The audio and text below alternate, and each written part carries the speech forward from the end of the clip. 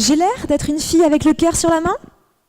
Ce n'est pas faux, mais en vérité, j'en ai eu surtout entre les mains.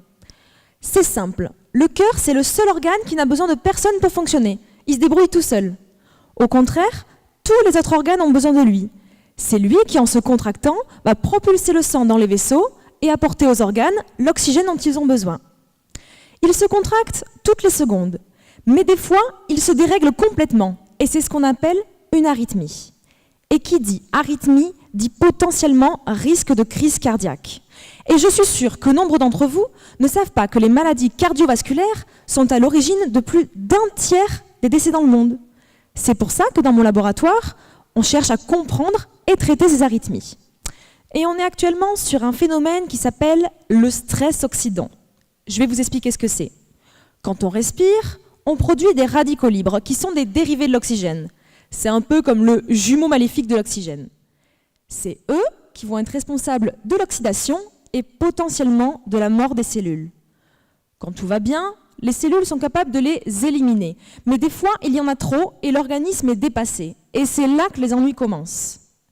Le stress oxydant, c'est donc l'accumulation des radicaux libres dans toutes les cellules de l'organisme, y compris les cellules cardiaques. Ils peuvent être régulés par des médicaments, mais aussi des antioxydants naturels. Et ça, je suis sûre que vous en avez déjà entendu parler. Des études auraient montré que dans le vin rouge, il y aurait des antioxydants qui auraient un effet bénéfique sur la prévention des maladies cardiovasculaires. Alors attention, je vous vois venir. Ne sortez pas d'ici en vous disant « apéro ce soir ». Tu peux boire un verre de vin rouge, mais pas 15. Eh bien, pour les radicaux libres, c'est exactement la même chose. On en a besoin pour le bon fonctionnement de l'organisme, mais dès qu'il y en a trop, c'est la cata. Et c'est là que j'interviens. En fait, mon rôle, c'est de comprendre comment l'accumulation des radicaux libres va dérégler la contraction des cellules cardiaques. Bon, ce que j'ai déjà pu montrer, c'est qu'en supprimant la totalité des radicaux libres, on dérègle la contraction. Donc c'est pas ça la solution. Mais au laboratoire, on a trouvé une alternative. On travaille avec un médicament qui nous permettrait de diminuer qu'une partie des radicaux libres.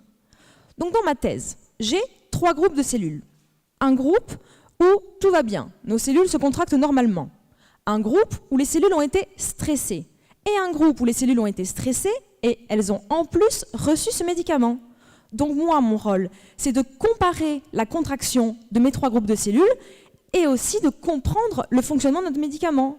Car qui sait, peut-être qu'un jour, il pourrait nous permettre de réduire les dommages causés au cœur, par exemple, lors de notre fameuse crise cardiaque. Bon, ce n'est pas pour maintenant, mais en attendant, no stress.